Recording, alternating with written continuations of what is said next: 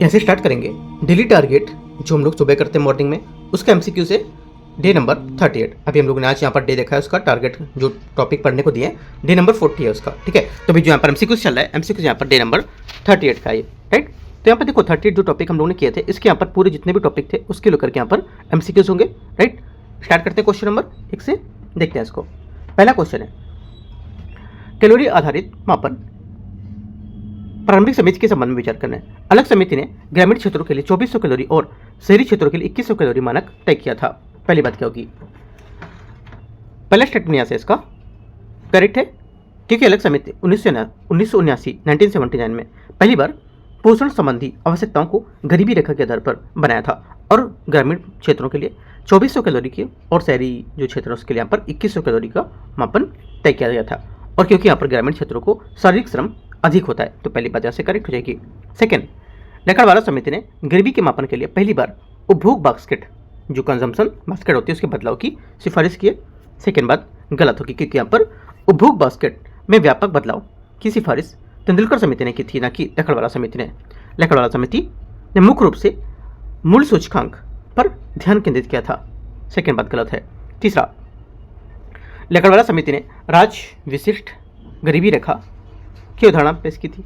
तीसरी बात यहाँ से करेक्ट है, क्योंकि लकड़वाला समिति जो थी उसने 1993 में जो गठन किया गया था इसका, और इसमें महसूस किया था कि अलग अलग राज्यों में महंगाई और जीवन यापन लागत अलग अलग होती है, इसलिए उन्होंने राष्ट्रीय गरीबी रेखा के बजाय राज्य विशिष्ट गरीबी रेखा स्टेट जो स्पेसिफिक पॉवर्टी लाइन की अवधारणा पेश की थी। इंपॉर्टेंट बात है।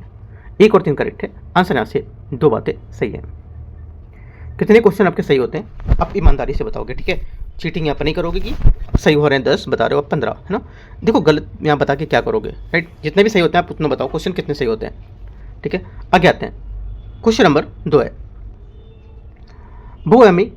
बहुआयामी गरीबी सूचकांक एमपीआई के घटक के बारे में विचार करना है।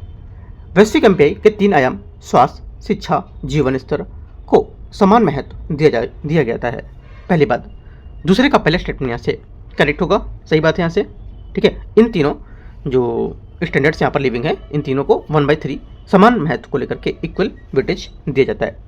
सेकेंड बात है, वैश्विक एमपीआई के 10 संकेतकों में पोषण और बाल मृत्यु दर स्वास्थ्य आयाम का अंतर्गत आएंगे। सेकेंड बात भी करेक्ट है, क्योंकि स्वास्थ्य आयाम के भीतर 2 संकेतक आते हैं, एक तो पोषण न्यूट्रिएंट्स और एक आपका बाल मृत्यु दर चाइल्ड जो मोर्टेलिटी होती है वो। सेकेंड बात यहाँ से करेक्ट हो जाएगी, पहली बात भी सही है। तीसरा, नीति आयोग के राष्ट्रीय एमपीआई में बैंक खाता को एक नए संकेतक के रूप में शामिल किया गया है। तीसरी बात भी करेक्ट है, क्योंकि यहाँ पर नीति आयोग द्वारा राष्ट्रीय एमपीआई वैश्विक मॉडल पर आधारित होता है, लेकिन इसमें भारत में विशिष्टताओं को देखते हुए 12 संकेतक होते हैं, और इसमें बैंक खाता, बैंक जो अकाउंट है और प्रसव पूर्व देखभाल जो होता है उसको नए संकेतक के रूप में जोड़ा गया है। तीनों बातें करेक्ट हैं, आंसर दूसरे का 1, 2 और 3 सभी करेक्ट हैं, डी। क्वेश्चन नंबर 3 है गरीबी अवधारणाओं बनाम पूर्ण बनाम सापेक्ष गरीबी के संबंध में विचार करते हैं। पूर्ण गरीबी क्या होता है, मापन गरीबी रेखा पॉवर्टी लाइन के माध्यम से किया जाता है। तीसरे का पहला स्टेटमेंट यहाँ से क्या होगा, ये बात करेक्ट है, क्योंकि यहाँ पर पूर्ण गरीबी रेखा जो होती है वह स्थिति होती है जहाँ व्यक्ति अपनी बुनियादी जरूरतों को, जैसे कि भोजन होता है ना, आवास होता है, उसको पूरा करने में असमर्थ होता है, और उसे एक निश्चित गरीबी रेखा जैसे कि $2 है ना, या उससे प्रतिदिन को लेकर के मापा जाता है। पहली बात सही है। सेकेंड, सापेक्ष गरीबी क्या होती है, रिलेटिव पॉवर्टी। इसका उपयोग विकसित देशों में आय वितरण की समानता मापन के लिए अधिक से किया जाता है ना। सेकेंड बात क्योंकि सेकेंड बात भी करेक्ट है, क्योंकि सापेक्ष गरीबी की जो होती है ये आय की असमानता को दर्शाती है, और ये बताती है कि जो समाज है, समाज के अन्य लोगों को की तुलना में कोई व्यक्ति कितना गरीब है, और ये विकसित देशों में अधिक प्रासंगिक माना जाता है ना। ये बात करेक्ट है। आपको बोलेगा ये विकासशील देशों में अधिक प्रासंगिक है, तो बात गलत हो जाएगी, ठीक है। लेकिन विकसित पूछ रहा है तो इस वजह से करेक्ट है, मतलब विकसित बोल रहा है तो इस वजह से करेक्ट हो जाएगी, ठीक है। तीसरी बात है लॉरेंज कर्व जो होता है वक्र, इसका संबंध पूर्ण गरीबी से होता है मापने से। तीसरी बात गलत है कि लॉरेंज वक्र जो होता है ये गिनी गुणांक का संबंध सापेक्ष गरीबी आय समानता को मापने से होता है, ना कि पूर्ण गरीबी से, तो ये बात गलत होगा। 1, 2 करेक्ट है, आंसर तीसरे का ए। क्वेश्चन नंबर 4 है तेंदुलकर समिति 2009 के बारे में कार्यप्रणाली के बारे में विचार करना है। इस समिति ने कैलोरी आधारित गरीबी मापन को अपर्याप्त मानते हुए इसे पूरी तरह से छोड़ दिया था। चौथे का पहला स्टेटमेंट यहाँ से करेक्ट है। क्यों, क्योंकि तेंदुलकर समिति ने पुरानी कैलोरी आधारित पद्धति को दोषपूर्ण माना, क्योंकि इसमें स्वास्थ्य और शिक्षा जैसे महत्वपूर्ण खर्चे की अनदेखी की गई थी और उसमें उन्होंने कैलोरी एंकर को पूरी तरह छोड़ दिया था। पहली बात सही है। सेकेंड, समिति ने ग्रामीण और शहरी दोनों क्षेत्रों के लिए एक समान बास्केट का उपयोग करने का सुझाव दिया था। सेकेंड बात यहाँ से करेक्ट है, क्योंकि इसने पहले ग्रामीण और शहरी क्षेत्रों के लिए अलग अलग उपयोग बास्केट थे और यहाँ पर तेंदुलकर समिति ने एक समान बास्केट की सिफारिश की ताकि तुलना इसकी सटीक की जा सके। दोनों बातें सही हैं। तेंदुलकर समिति के अनुसार स्वास्थ्य और शिक्षा पर होने वाले निजी व्यय को गरीबी गणना का हिस्सा बनाया गया है। तीसरी बात यहाँ से करेक्ट है, क्योंकि इस समिति ने पहली बार निजी व्यय जो प्राइवेट यहाँ पर एक्सपेंडिचर होते हैं हमारे, उसको शामिल किया था जो लोग स्वास्थ्य और शिक्षा पर अपनी जेब से खर्च करते थे। बात सही है। आपको घुमा देगा क्वेश्चन, कहेगा कि जो लकड़वाला समिति थी उसके आधार पर यहाँ पर जो प्राइवेट एक्सपेंडिचर है इसको शामिल किया गया था जो लोग स्वास्थ्य और शिक्षा पर अपनी जेब से खर्च करते थे। तो गलत हो जाएगी बात, यहाँ पर तेंदुलकर समिति की बात की जा रही है ना।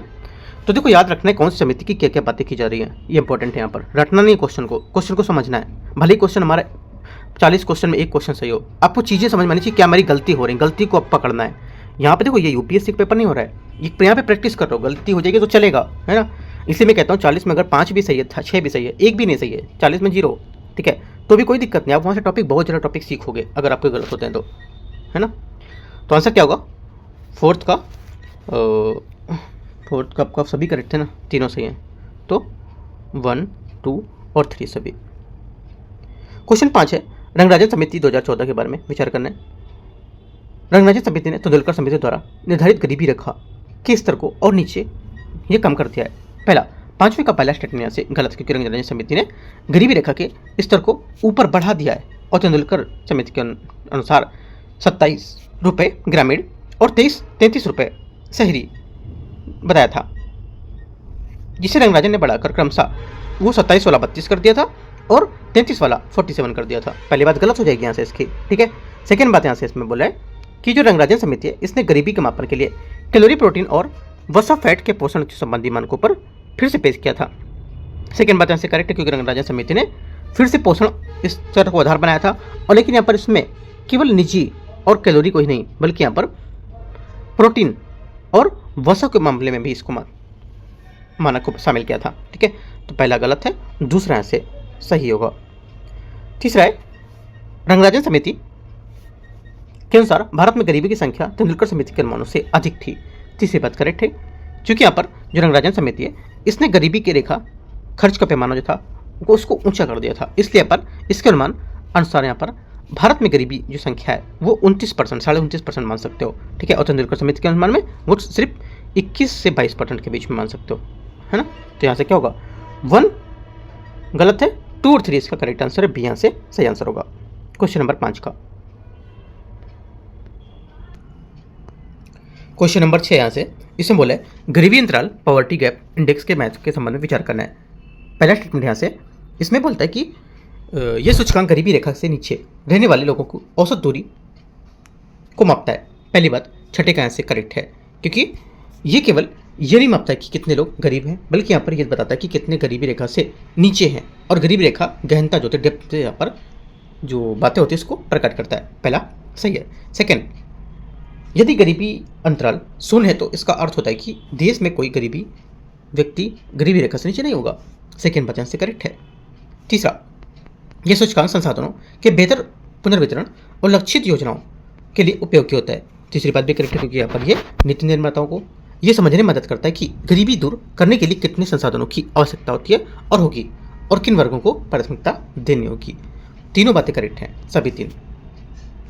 क्वेश्चन नंबर 7 है 7। क्वेश्चन नंबर 7 है, इसमें नीति आयोग के राष्ट्रीय विशेष संकेतक पर विचार करने देखते हैं। पहली बात, नीति आयोग ने वैश्विक एमपीआई के 10 संकेतकों को अलग 10 संकेतकों के अलावा प्रसव पूर्व देखभाल को जोड़ा है।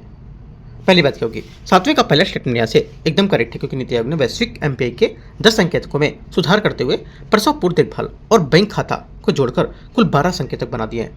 बात सही है। राष्ट्रीय एमपीआई के अनुसार उत्तर प्रदेश और बिहार जैसे राज्यों में गरीबी की तीव्रता सबसे अधिक दर्ज की गई है। सेकेंड बात यहाँ से भी करेक्ट है। और मध्य प्रदेश जैसे राज्यों में अधिक सघन बताया गया है। पहली बात सही है, दूसरी बात भी सही है। तीसरा है, राष्ट्रीय एमपीआई में आवास को एक संकेतक के रूप में शामिल नहीं किया गया है। ये बात गलत हो जाएगी, सही नहीं है। क्यों? क्योंकि आवास यहाँ पर जो हाउसिंग होता है ये राष्ट्रीय एमपीआई का एक महत्वपूर्ण योग संकेतक होता है, और यदि किसी परिवार में या उसके पास पक्का घर नहीं है या फर्श दीवारें कच्ची हैं तो उसे उस संकेतक में वंचित माना जाएगा। 1 2 करेक्ट है, सातवें का आंसर ए। क्वेश्चन 8 है, भारत में गरीबी रेखा के मापन की ऐतिहासिक समिति के करे के योगदान के बारे में विचार करना है। अलग समिति ने 1979 में भारत में गरीबी रेखा के मापन के लिए कैलोरी को आधार बनाने वाली पहली आधिकारिक समिति थी। पहला क्या होगा? 8वें का पहला स्टेटमेंट यहाँ से एकदम सही हो जाएगा, सही बात बता रहे हैं, क्योंकि यहाँ पर ये पहली आधिकारिक समिति थी जिसने वैज्ञानिक रूप से कैलोरी खपत को गरीबी के आधार पर बताया है। सेकेंड बात है, लकड़वाला समिति ने औद्योगिक श्रमिकों की यहाँ पर CPI IW जो है और श्रमिकों की जो कृषि के लिए अलग से मूल सूचनाओं को उपयोग किया है। सेकेंड बात भी करेक्ट है, क्योंकि लकड़वाला जो समिति है इसने मुद्रास्फीति को समायोजित करने के लिए ग्रामीण क्षेत्रों के लिए CPI AL कृषि श्रमिक और यहाँ पर शहरी क्षेत्रों के लिए CPI IW औद्योगिक श्रमिक का उपयोग किया है। दोनों बातें यहाँ से सही है।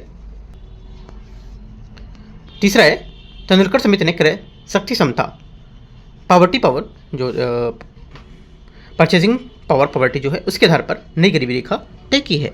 तीसरी बात गलत है, क्योंकि तेंदुलकर समिति ने जो PPP है इसका उपयोग नहीं किया था। उन्होंने राष्ट्रीय स्थानीय बाजार की जो मूल्य थे उसके आधार पर गणना की थी। हालांकि विश्व बैंक अपनी अंतर्राष्ट्रीय गरीबी रेखा के लिए PPP का उपयोग करता था। तो ये बात गलत हो जाएगी। 1 2 दो बातें सही है। क्वेश्चन 9 है, गरीबी रेखा जो मापन है या गरीबी मापन की चुनौती के बारे में वर्तमान रुझानों पर विचार करना है। केवल आय या उपभोग आधारित गरीबी मापन जीवन की गुणवत्ता के अभाव को पूरी तरह से स्पष्ट नहीं करता है। 9वें का पहला स्टेटमेंट यहाँ से क्या होगा? ये करेक्ट हो जाएगा, ठीक है, क्योंकि यहाँ पर केवल आय या इनकम जो होती है ये देखना अधूरा होगा कि यहाँ पर एक व्यक्ति के पास पैसे हैं हो सकते हैं, लेकिन ये उसके पास जो स्वच्छ पानी, बिजली, शिक्षा है ना, ये तक पहुँच नहीं है तो वह वंचित माना जाएगा। ये बात सही है, सिर्फ पैसे से यहाँ पर काउंटिंग नहीं करते हैं, ठीक है। सेकेंड बात है, बहुआयामी गरीबी सूचकांक का उपयोग गरीबी के सामाजिक और आर्थिक दोनों पहलुओं को समझने के लिए किया जाता है। क्या सही बात होगी? सेकेंड बात यहाँ से करेक्ट है, दोनों पहलू की करता है, याद रखना है, ठीक है, क्योंकि जो MPI होता है ये शिक्षा, स्वास्थ्य, जीवन स्तर जैसे 12 संकेतक को जोड़कर एक व्यापक जो चित्र है पूरा फिगर पूरा पेश करता है। इसमें पहली बात भी सही है और दूसरी बात भी इसकी सही है। तीसरा, वर्तमान में भारत आधिकारिक रूप से तेंदुलकर समिति की गरीबी रेखा को ही प्रमुखता से मानता है।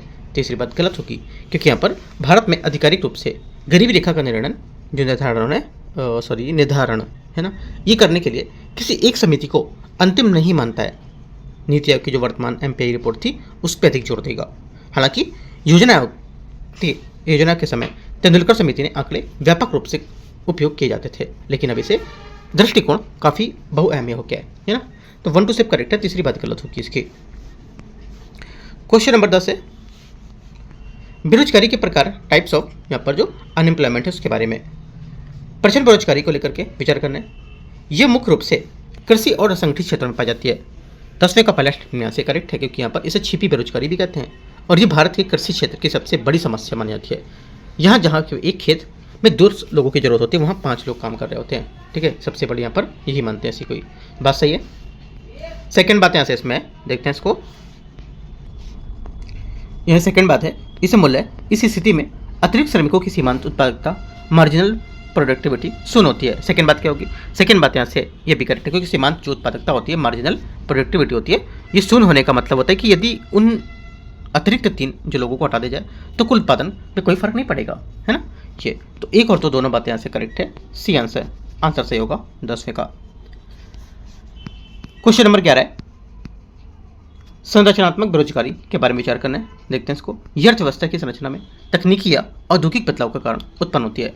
11वें का पहला स्टेटमेंट यहाँ से ये करेक्ट होगा, क्योंकि ये तब होती है जब बाजार की मांग बदल जाती है, जैसे कि टाइपराइटर की जगह कंप्यूटर आ जाना, है ना। ये उपलब्ध नौकरियों के लिए आवश्यक कौशल और श्रमिकों की पास मौजूदा जो कौशल के बीच मिसमैच होते हैं उसका परिणाम होता है। सेकेंड बात भी क्या होगी? ये करेक्ट है। तीसरा, यह मुख्य रूप से मांग की कमी के कारण अल्पकालिक होती है। ये भी बात क्या हो जाएगी? गलत हो जाएगी, क्योंकि ये मुख्य रूप से मांग की कमी के कारण अल्पकालिक नहीं होती है, ठीक है। क्योंकि मांग की कमी के कारण होने वाली बेरोजगारी चक्री हो बेरोजगारी होती है। ठीक है, चक्री संरचनात्मक नहीं होगी। 1 2 सिर्फ करेक्ट है, यहाँ पर संरचनात्मक बेरोजगारी की बात की जा रही थी। 1 और 2 ये यहाँ से आंसर होगा। क्वेश्चन 12 चक्री बेरोजगारी के बारे में क्वेश्चन है।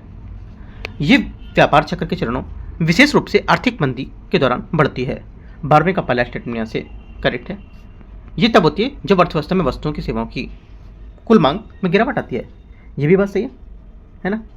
और कंपनियों के उत्पादन कम होता है और लोगों के बीच नौकरी से निकाला जाना, और जैसे कि यहाँ पर 2008 में वैश्विक मंदी और कोविड-19 के शुरुआती दौर में देखा गया था।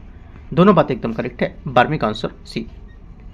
क्वेश्चन 13 घर्षण जन बेरोजगारी के बारे में विचार करना है।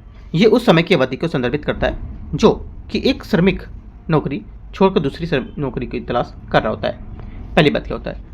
13 का पहला स्टेटमेंट यहाँ से पहली कथन करेक्ट है, क्योंकि यहाँ पर यह अल्पकालिक होती है और जब कोई स्वेच्छा से अपना बेहतर अवसर के लिए पुरानी नौकरी छोड़ता है और नई की यहाँ पर तलाश करता है तो वह अपना उस बीच समय घर्षण जन बेरोजगारी कहलाएगी। सेकेंड बात है, इसे स्वैच्छिक बेरोजगारी भी माना जाता है क्योंकि ये एक व्यक्ति के करियर के बदलाव के कारण होती है। सेकेंड बात यहाँ से ये भी करेक्ट है। तीसरा स्टेटमेंट यहाँ से ये बोले कि अर्थव्यवस्था में तकनीकी सुधारों से ये पूरी तरह समाप्त हो जाती है। तीसरी बात गलत है, क्योंकि तकनीकी सुधार इसे पूरी तरह से समाप्त नहीं कर सकते हैं। वास्तव में नई तकनीकी आने पर लोग पुरानी नौकरी छोड़कर नई सीखने के लिए समय लेते हैं, जिससे यहाँ पर ये और बढ़ जाती है। 1 2 सब करेक्ट है। क्वेश्चन 14 है, 14 नंबर क्वेश्चन देखते हैं। इसमें शिक्षित बेरोजगारी के प्रमुख कारणों के संबंध में विचार करना है। ये स्थिति डिग्री धारक युवाओं की संख्या और उपलब्ध जो रोजगार हैं उसके अवसरों के बीच असंतुलन को दर्शाता है। 14 का पहला स्टेटमेंट यहाँ से क्या होगा? ये 14 का पहला स्टेटमेंट यहाँ से आपका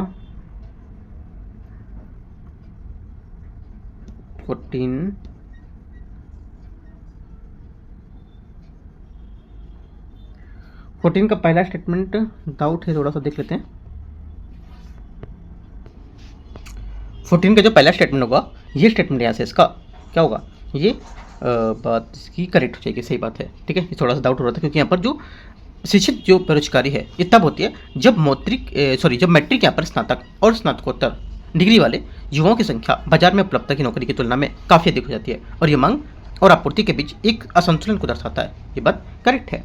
सेकेंड बात है, शिक्षा प्रणाली में व्यवहारिक कौशल की कमी इसका एक प्रमुख कारण होता है। सेकेंड बात भी सही है, क्योंकि यहाँ पर वर्तमान शिक्षा जो प्रणाली है उसके अवसर में जो सिद्धांत होता है, सैद्धांतिक जो ज्ञान होता है उस पर अधिक जोर देती है और औद्योगिक आवश्यकताओं पर उसके अनुसार व्यवहारिक या तकनीकी कौशल प्रदान करने के लिए पीछे रह जाती है। और कौशल की कमी के कारण डिग्री होने के बावजूद युवा क्या होते हैं? बेरोजगार और अयोग्य माने जाते हैं, है ना। क्योंकि यहाँ पर डिग्री कोई जॉब नहीं तो क्या अयोग्य हो तरह से। ठीक है, तो आप योग्य नहीं बन सकते हो, इसको लेकर के यहाँ पर सही बात है।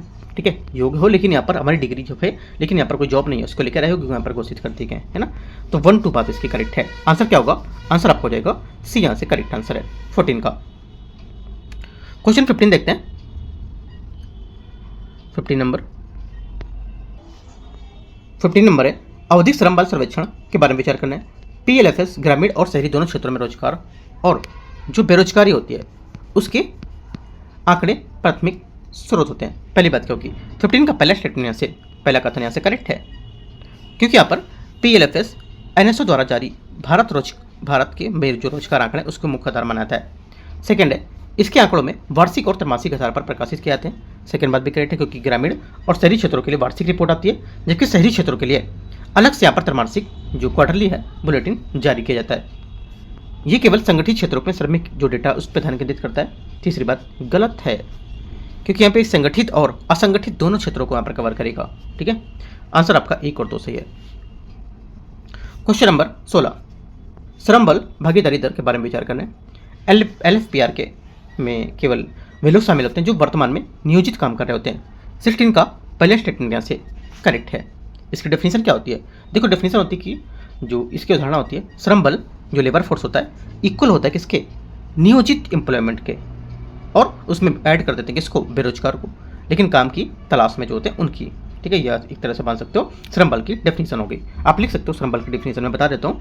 श्रम बल जो होता है, श्रम बल या लेबर जो फोर्स है equal, labour force equal LF equal नियोजित एम्प्लॉयमेंट। नियोजित मतलब क्या होता है? एम्प्लॉयड जो काम कर रहे हैं और प्लस जो बेरोजगार हैं उनके यहाँ पर जो काम करने की कोशिश कर रहे हैं उनको दोनों को ऐड करते हैं। ठीक है, ये हमारा क्या निकल आता है, ये निकल आता है एक तरह से श्रम बल की डेफिनेशन निकल आती है। ठीक है, तो पहली बात यहाँ से करेक्ट है। सेकंड है, इसमें वे व्यक्ति शामिल होते हैं जो काम के लिए उपलब्ध हैं और सक्रिय रूप से काम की तलाश कर रहे हैं। अभी मैंने आपको बात बताई, ऐसे ही क्वेश्चन पूछेगा, आपको फॉर्मूला याद रखना है। फॉर्मूला क्या था, LF मतलब लेबर फोर्स, बहुत इंपॉर्टेंट है। कई बार क्वेश्चन यूपीएससी में तो नहीं पूछा है, स्टेट पीसीएस में जैसे कि राजस्थान पीसीएस में पूछा गया था क्वेश्चन। ठीक है, और एक और था कोई पीसीएस का, तो वहाँ पे कठिन क्वेश्चन पूछा गया था, काफ़ी कठिन क्वेश्चनों में आता है, यूपीएससी घुमा सकता है क्वेश्चन पे, राइट। तो देखो LF इक्वल होता है मतलब लेबर फोर्स इक्वल नियोजित या एम्प्लॉयड। ठीक है, नियोजित लिख सकते हो या एम्प्लॉयड लिख सकते हो इंग्लिश वर्ड, प्लस बेरोजगार वो जो रोजगार की तलाश में घूम रहा है वो। तो यहाँ से इसके आंसर हो जाएगा, सी यहाँ से आंसर है। इंपॉर्टेंट क्वेश्चन है, सेम क्वेश्चन नहीं पूछा था, ये तो मैंने टॉपिक पे निकाल करके क्वेश्चन बनाया, लेकिन ये स्टेटमेंट जो था ना, ये स्टेटमेंट पूछा था किसने, एक पीसीएस कोई था, कौन सा पीसीएस था नहीं पता मुझे, बट ये क्वेश्चन ऐसा मैंने देखा हुआ था उसका। ठीक है, और ये सब यहाँ पर डेफिनेशन भी नहीं पता है, मैंने भी पेपर दिया था लेकिन क्वेश्चन गलत था मेरा अकॉर्डिंग से, ऐसे कि जब मैंने पूरा डेफिनेशन इसकी पढ़ी ना कि किसके कुल क्या होता है, तब चीज़ समझ आई कि हाँ ये ऐसा होता है। अगर देखो इसीलिए कहते हैं कि इकोनॉमिक आप पढ़ते हो ना, अगर रटते हो चीज़ें कभी आप सही नहीं कर पाओगे, 5 में आप 4 क्वेश्चन भी नहीं सही कर पाओगे। ठीक है, कि आपके अगर रट के क्वेश्चन जा रहे हो, अगर आप रट के नहीं जा रहे हो तो 3 से 4 क्वेश्चन बहुत आराम से आप कर लोगे। ठीक है, दोनों सही है, 16 का आंसर सी। आगे आते हैं क्वेश्चन, हम लोग देखते हैं क्वेश्चन नंबर 15 हो गया ना, 17 आते हैं। 17 है कामगार जनसंख्या अनुपात जो होता है, WPR के बारे में विचार करना है। WPR की गणना कुल जनसंख्या में नियोजित व्यक्तियों के प्रतिशत के रूप में की जाती है। 17 का पहला स्टेटमेंट यहाँ से ये करेक्ट है, सही बात है। सेकेंड बात है, उच्च WPR ये संकेत देता है कि देश में जनसंख्या का एक बड़ा हिस्सा सीधे तौर पर उत्पादन में योगदान दे रहा है। सेकेंड बात भी करेक्ट है। ठीक है, दोनों बातें सही हैं। तीसरी बात क्या, तीसरी बात क्या गलत है, देखते हैं। ये सही है, छात्र और सेवानिवृत्त लोग WPR की गणना के मुख्य पावर होते हैं। ये भी बात क्या हो जाएगी यहाँ से, ये बात गलत है, सही नहीं है।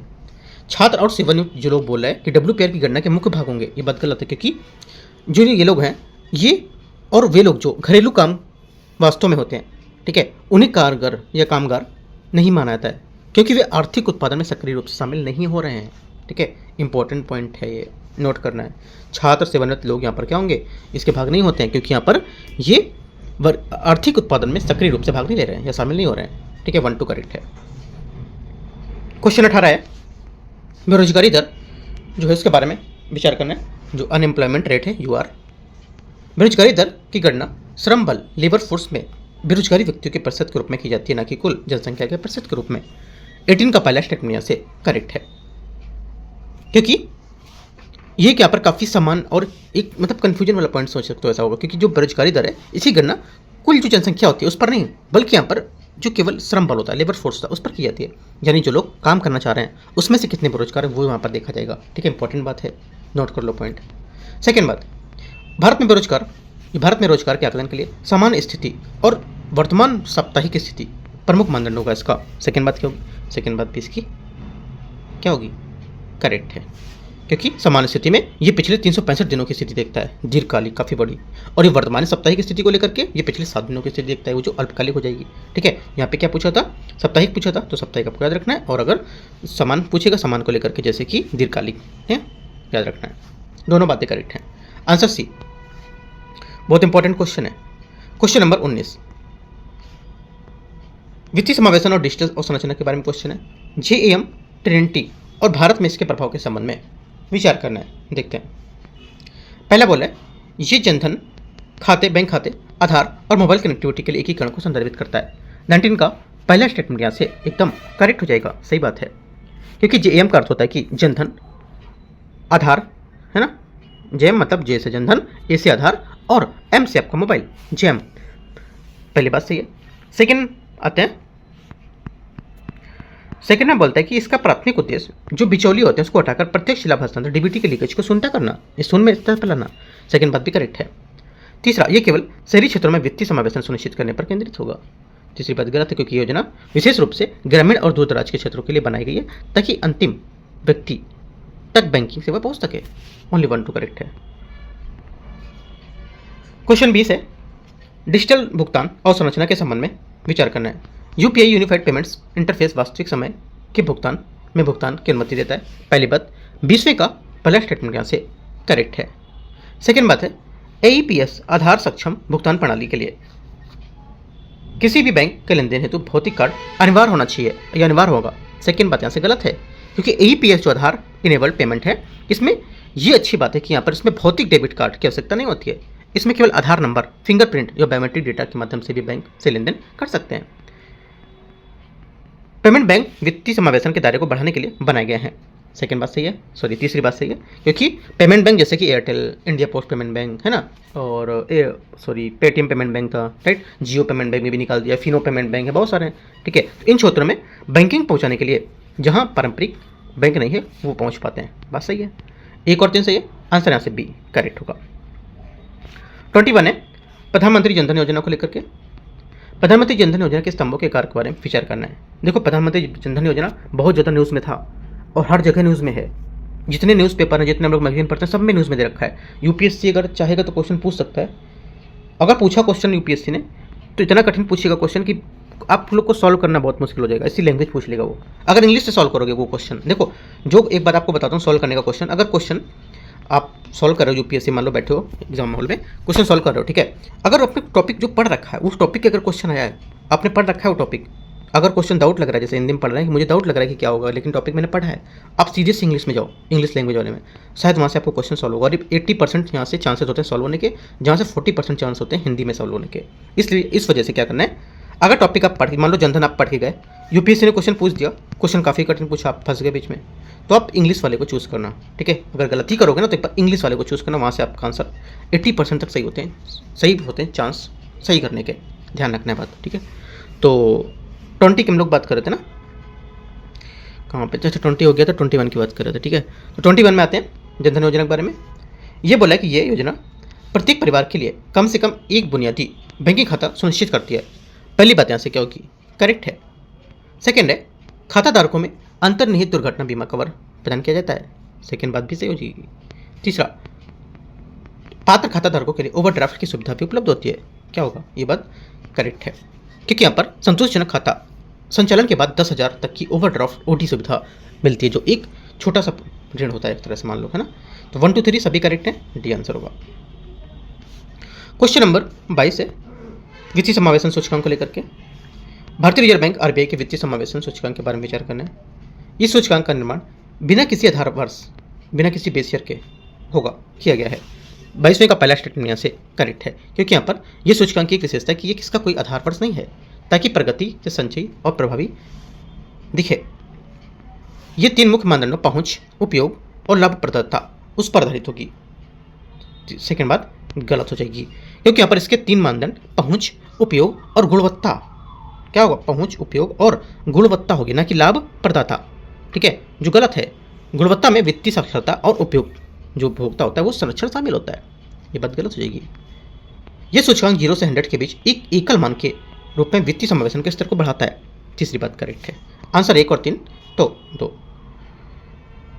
गलत पूछा है ना, 1 और 3 सही, तो 2 गलत है, बी। 23 नंबर है, आर्थिक असमानता के मापन के संबंध में विचार करना है। लॉरेंज कर्व पूर्ण समानता रेखा के जितना दूर होता है, आयत समानता उतनी ही कम होगी। 23 का पहला स्टेटमेंट यहाँ से गलत होगा। क्यों? क्योंकि यहाँ पर लॉरेंज वक्र कर्व पूर्ण समानता रेखा से जितना दूर होता है, असमानता उतनी ही अधिक होगी। पहली बात यहाँ से क्या होगा, ये गलत बता रहा है।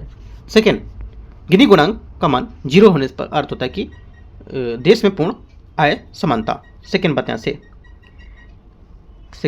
यहाँ से इसकी करेक्ट है। गिनी गुणांक का मान 1 होने का अर्थ होता है कि देश में पूरी आय केवल एक व्यक्ति के पास होगी। सेकेंड बात भी सही है, तीसरी बात भी सही होगी, ठीक है, क्योंकि यहाँ पर 1 होता है पूर्ण अर्थ मतलब पूर्ण असमानता, सारा धन एक ही व्यक्ति के पास होना, और 0 का अर्थ होता है सबके पास बराबर धन होना। लिख सकते हो 0 इक्वल क्या होता है और 1 इक्वल क्या होता है, ठीक है, दोनों बातें सही हैं, 2 इसका करेक्ट है। 24 है, सामाजिक सुरक्षा रोजगार योजनाओं को लेकर क्वेश्चन है। मनरेगा के बारे में निम्नलिखित कथन पर विचार करना है। ये ग्रामीण परिवारों के वयस्क सदस्यों को एक वित्तीय वर्ष में कम से कम 100 दिनों की गारंटी के मजदूरी रोजगार कानूनी का अधिकार देता है। 24 का पहला स्टेटमेंट यहाँ से क्या होगा, ये करेक्ट है, क्योंकि मनरेगा 2005 में दुनिया की सबसे बड़ी काम गारंटी कार्यक्रम में से एक है और ये प्रत्येक ग्रामीण परिवार के वयस्क सदस्यों को एक वित्तीय वर्ष में 100 दिनों की कुशल नहीं बल्कि यहाँ पर अकुशल शारीरिक कार्य की गारंटी देता है। ठीक है, याद रखना इंपॉर्टेंट है। सेकेंड बात है, इसका उद्देश्य मुख्य रूप से शिक्षित शहरी युवाओं को बेरोजगारी भत्ता प्रदान करना। सेकेंड बात यहाँ से गलत है, क्योंकि इसका मुख्य उद्देश्य होता है कि अकुशल ग्रामीण श्रम को रोजगार देना, ना कि इनके शिक्षित युवाओं को जो मतलब यहाँ पे भत्ता देना, ऐसा कुछ है ना, तो यहाँ पर गलत हो जाएगी। सिर्फ यहाँ से एक बात करेक्ट है। 25 है, दीनदयाल अंत्योदय योजना के बारे में विचार करना है। इसका मुख्य लक्ष्य कुशल मजदूरी रोजगार के माध्यम से ग्रामीण गरीबी को कम करना। 25 का पहला स्टेटमेंट यहाँ से गलत है, क्योंकि NRLM राष्ट्रीय ग्रामीण आजीविका मिशन का प्राथमिक लक्ष्य कुशल मजदूरी रोजगार देना नहीं बल्कि स्वरोजगार और आजीविका के विविध साधनों को बढ़ावा देना होगा। सेकेंड बात है, ये ग्रामीण गरीब परिवारों को स्वरोजगार और कुशल मजदूरी रोजगार को अवसर प्रदान करने के लिए उन्हें संस्थागत रूप से संगठित करती है। सेकेंड बात करेक्ट है। ठीक है, आंसर क्या होगा? ओनली दो सही है, बी आंसर होगा। 26 आते हैं, प्रधानमंत्री गरीब कल्याण अन्न योजना के बारे में विचार करना है।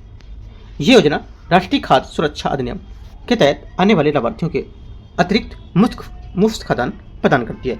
26 का पहला स्टेटमेंट यहाँ से करेक्ट है, क्योंकि यह योजना 2013 के लाभार्थियों में जिसे अंत्योदय अन्न योजना को प्राथमिकता वाले जो परिवार हैं उसके लिए नियमित राशन के अलावा अतिरिक्त मुफ्त खाद्यान्न प्रदान करती है। सेकेंड है, इसका मुख्य उद्देश्य संकट के समय देश के सबसे गरीब तबके के लिए खाद्य सुरक्षा सुनिश्चित कराना। सेकेंड बात भी सही है, क्योंकि यहाँ पर कोविड-19 के दौरान शुरू किया गया था, ताकि यहाँ पर लॉकडाउन और आर्थिक संकट के समय कोई भी गरीब भूखा न रहे, और हाल ही में सरकार ने इसे अगले 5 वर्षों के लिए भी बढ़ा दिया था। ठीक है, दोनों बातें करेक्ट हैं। 27 है, कथन 1 और कथन 2 असर्शन यहाँ पर ओरिजिन का क्वेश्चन है, देखते हैं। पहला है, डिजिटल वित्तीय संरचना UPI और APS में भारत में अनौपचारिक अर्थव्यवस्था को औपचारिक बनाने में मदद की है। 27 का पहला यहाँ पर जो कथन है, ये बात यहाँ से करेक्ट है। डिजिटल लेन देन एक ऑडिट ट्रेल बनाते हैं, जिससे क्या होता है, वित्तीय पारदर्शिता बढ़ती है और जो टैक्स चोरी की कमी होती है। ये बात भी सही है, क्योंकि जब हम लोग लेन देन डिजिटल UPI से या APS से होते हैं तो वह बैंक के रिकॉर्ड दर्ज होता है, और जिससे क्या होता है, ऑडिट ट्रेल कहते हैं। और इसमें सरकार के लिए एक ये पता लगाया जा सकता है, आसान हो जाता है कि पैसा कहाँ से आया है और कहाँ जा रहा है। और ये अनौपचारिक अर्थव्यवस्था को लेकर के यहाँ पर औपचारिक यहाँ पर बैंकिंग सिस्टम में बदल देता है, जिससे क्या होता है, पारदर्शिता बढ़ती है और कर टैक्सेस का दायरा भी बढ़ जाता है। ठीक है, दोनों बातें करेक्ट है, इसकी व्याख्या भी कर रहा है। लास्ट क्वेश्चन होगा 28। हाँ, लास्ट क्वेश्चन है, निम्नलिखित युग्मों पर विचार करने। देखते हैं योजना और उनका प्राथमिक फोकस किस क्षेत्र पर होगा। PMJDY। ठीक है, 28 का पहला जो यहाँ से जनधन योजना प्रधानमंत्री JDY, इसका मुख्य फोकस बैंकिंग रहित लोगों तक पहुंचना और उन्हें बीमा पेंशन जैसी वित्तीय सहायता को देना। मनरेगा अकुशल शारीरिक कारक कानूनी गारंटी। सेकेंड बात करेक्ट है, यहाँ पे कुशल दे सकता है, ध्यान रखना है आपको, दोनों बात सही है। FI इंडेक्स वित्तीय समावेशन सूचकांक जो होता है, ये भारतीय रिजर्व बैंक द्वारा तैयार किया गया था और नीति आयोग द्वारा नहीं। ये बात गलत हो जाएगी। ठीक है, 1 2 करेक्ट है, दो बातें सही है। तो इस टाइप से यहाँ पर आपका ये सभी क्वेश्चन पूरे हो गए, कौन से, डे नंबर 38 के। ठीक है, अब हम लोग कल करेंगे डे नंबर 39 का। ऐसे करके जितने भी हैं हम लोग एक साथ पूरे जितने डेज चल रहे हैं, पूरा 75 डेज का पूरे एक डाइट्स करके यहाँ पर पूरे क्वेश्चन सॉल्व करेंगे। ठीक है, और यहाँ पर सुबह आपको टारगेट दे चुके हैं डे नंबर 40 का, उसके टारगेट आपको पूरे अच्छे से कंप्लीट करने, फिर हम लोग जब आगे आएंगे डे नंबर 40 के MCQs भी करेंगे। ठीक है, तो एंड करते हैं इसको। कुछ डाउट रहेगा नीचे कमेंट में पूछोगे, और एक एक चीज़ को अच्छे से फॉलो करना है। Right, all the best, thank you.